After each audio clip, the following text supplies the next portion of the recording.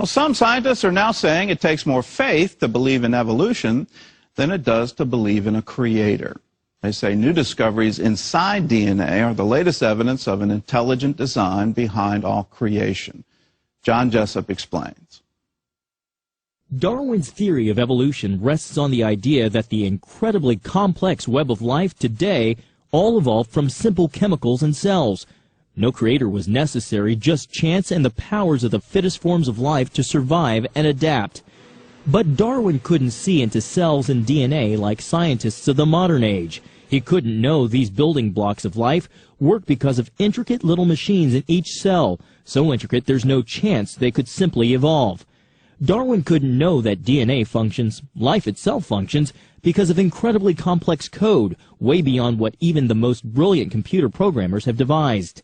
Secular scientists often mock the simple faith of those who believe in an unseen God. But statisticians say the odds are impossible this incredibly intricate, elegant code could ever just evolve. And thus it takes much more faith to believe in such chance than it does to believe an intelligent designer is behind this code at the core of all life. Science philosopher Stephen Meyer, in his book Signature in the Cell, lays out the evidence for such intelligent design, and he refutes the arguments that the theory of intelligent design is just religion and not true science. It's a battle at the very origin and meaning of life that the secular media rarely allow to break out into the open. John Jessup, CBN News. Well, Stephen Meyer joins us now. He's the director of the Center for Science and Culture at the Discovery Institute in Seattle, Washington. Stephen, it's great to have you here. It's nice to be with you, It's a real Gordon. privilege. Yeah. Let's take that question that was in the piece just head on. What do you say to people that say, well, intelligent design is just religion in another form? Well, the theory is based on scientific discoveries such as the fine-tuning of the laws of physics and chemistry, the discovery of the intricate nanotechnology, the little miniature machines that have been discovered in cells, rotary engines, sliding clamps, information processing systems. And for me, the most compelling evidence of design is the evidence of design that you find in the digital code that's embedded in the DNA molecule, a 4-character digital code that directs the construction of all the machinery that the cell needs to stay alive. So it's I think, a new day in science. It's an evidence-based theory, not a theory based on religious authority. It may have religious implications, maybe even friendly to religious belief. I think it is myself, but it's based on scientific evidence and even a standard method of scientific reasoning. Well, let's just get your background so we kind of lay some groundwork here. You have a background in physics, and then you have a doctorate from Cambridge. Right. I actually started in the field of geophysics. And my first job was with an oil company. My Texan bosses told me my job was to look for oil out in the Gulf. Now they've got a lot of oil out in the Gulf. They found a lot of oil out there, and now they don't want to find it. Yeah, exactly.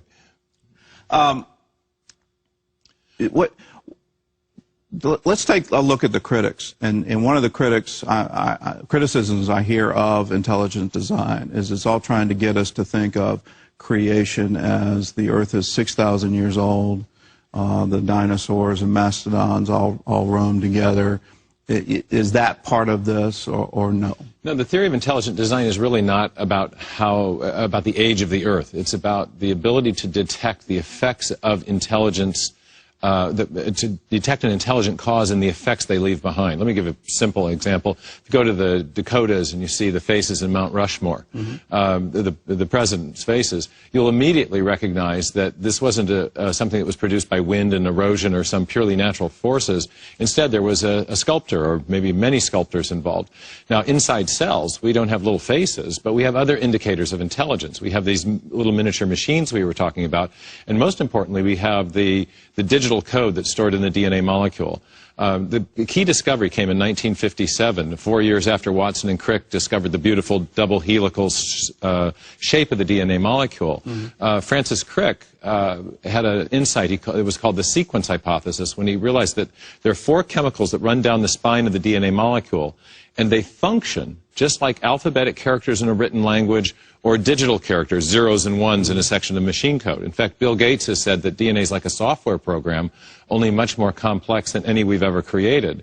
And that's highly suggestive because we know from experience that software programs always come from programmers, and that information generally, in whatever form we find it, whether we're talking about a hieroglyphic inscription or a headline in a newspaper, a paragraph in a book, or information embedded in a radio signal, whenever we find information and we trace it back to its source, we always come to an intelligent mind, to not an undirected immaterial process. It's always intelligence that produces information. What do you do with the critique that, I think we've all sort of heard this one, that if you take a chimpanzee and a typewriter and give him an infinite amount of time, at some point he's going to come out with a Shakespeare play? Well, that's the rub. We don't have an infinite amount of time. Except the standard age for the origin of the universe, grant 13, 14 billion years, the complexity of a single protein, which is produced by the information on a strand of DNA. So the amount of information required is so improbable, it's so complex, that if every event, and this is a calculation I make in the book, if every event from the origin of the universe till now had been devoted to searching for one of the possible ways of arranging all of the 4 characters in the DNA molecule, or the corresponding amino acids and proteins, you wouldn't have enough time to search but a tiny fraction of all of the possible ways of arranging things. Think of the Scrabble letters on a table. You've got to imagine a huge heap of Scrabble letters, and you've got to find a sentence of that length by chance as you look through there. There's so many possible ways of arranging them. It's like looking for a needle in a great big haystack the size of the universe and only having a tiny, tiny amount of time to search.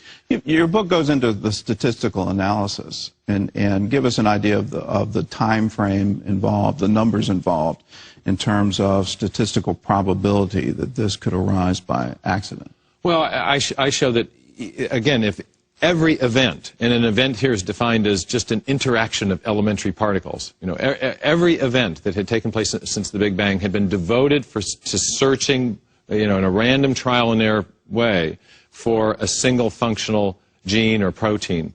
There wouldn't be enough time to search but one part out of a trillion possibilities. So the chance hypothesis has really been rejected by leading origin of life scientists. It's just not credible. That's not where the action is. Even people who don't accept design don't think chance is credible. They're looking for other undirected naturalistic processes to try to explain the origin of information. But as I show in the book, those other approaches have also failed. And yet we know of a cause which is capable of producing information, and that's intelligence. In fact, that's the only known cause of which we know, and therefore that's why I argue that it's the best explanation. In fact, just an interesting irony in this is that I actually, in the book, developed the case for intelligent design using Darwin's own method of scientific reasoning. He had a key principle of reasoning, which is that if you're trying to explain something in the remote past, you should invoke a cause or causes which are known to produce the effect you're trying to explain. What are we trying to explain? Information. What do we know from our uniform experience about what produces information? Only one kind of cause, and that's intelligence. So the presence of information in DNA is a decisive indicator of prior intelligent activity. Information points back to intelligence. And the fact that this information changes and can change rapidly indicates that there is even active interference. Even Darwin noted the shale deposits in Wales and the Cambrian explosion, that there is a huge explosion of diversity happening within species in a very short geological time. Well, there's two senses of change here. One is the kind of things that we observe, which are mutations, but those types of changes tend to degrade the information, and they don't seem to be an explanation for where it came from in the first place as a result. The other kind of change is the change you see in the history of life when you see these sudden infusions of new biological form, and we now know, just like in the computer world, if you want to give your computer a new function, you have to provide new code. If you have a new organism that performs new kinds of biological functions, you also need code, and that's the big question. Where did all that information come from in the Cambrian explosion, for example, or in these other huge events in the history of life where you have a huge infusion of new forms of life and therefore new information? Where did it come from? The only known cause of information is, again, intelligence. Now that we're applying our intelligence to DNA Yes. and are literally changing the code. We just had this huge breakthrough where an assembled piece of DNA was put into a cell and it replicated. What are the implications for that? I'm glad you asked that. There's a lot of confusion about this recent news story about Craig Venter's work. It's a brilliant technological achievement, but it is not producing, it was not the achievement that it was touted as achieving. It's not artificial life. What he did was he took a piece of DNA, he copied it, and then put the same, DNA contains information, he put the same information strand back into a cell, and the cell was able to read it. It'd be like if you wanted to have a copy of a file on my desktop. I made a file for you, we popped it in your computer, and then you said, look, my computer can read it. I've created a computer. All the important information processing systems and all the other cellular processes were present in that pre-existing bacterium. All that was done was added a gene with some information, and it was put into the system. It was an artificially copied gene, but it was put into a pre-existing life form. So he rearranged it. Well, essentially, he took a component and copied it, and then put it back into an existing organism. Do you see a time where we could literally design organisms? I don't. I think we really don't understand what life is. DNA is an unbelievably complex molecule. It's full of code, and that is a fascinating thing. But DNA alone does not make an organism. We have to have all the information processing system that is provided by proteins. We have to have the cell membrane, and it's a functionally integrated system. Each one of these systems depends on the other in a tightly integrated way that engineers would understand. So we really don't have a sense of what would be required to design a whole organism. We know there's a lot of the necessary parts, but getting them all to fit together in the way that they do in an actual organism, it's a very difficult thing to conceive. So we're back to, which came first, the chicken or the egg. Without a fully formed system, you don't have either one. Well, right. And one of the on my website, there's an animation that I think your viewers might enjoy. It shows exactly how the digital code in DNA directs the construction of the protein machines and protein parts that the cell needs to stay alive. It's a fascinating process, and some parts of it are very mechanical. It's very much like what goes on at Boeing or Ford, where engineers will design some parts that they want to build. They'll literally codify that design in digital code. It will be sent down a wire, translated into a machine code, and then that information will be used to direct, if you're trying to build an airplane wing, for example, exactly where the robotic arm places the rivets or something. So we have systems that we've now designed where we use digital information to construct mechanical parts. That's what's going on inside the cell, and it's an awesome system. And I've got a little piece of animation on my website that would, I think, bring that to life, where one picture is worth 1,000 words type of thing. What do you say to evolutionists that claim that whole appearance of design, either the sort of the assembly line construction of the processes within a cell, or ecosystems that depend, one species is necessarily dependent on another, or even the process of chicken and egg, that all of that appearance of design is mere illusion?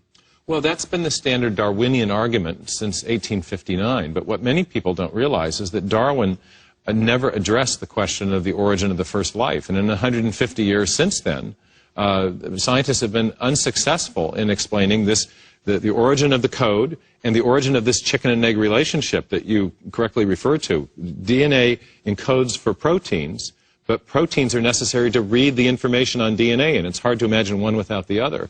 And in my book, I look at the different attempts that people have made to try to explain that intricate complexity. The Darwinian idea was that things look designed, but they're not really designed because there's an undirected process, namely natural selection acting on random mutations that can mimic the powers of a designing intelligence.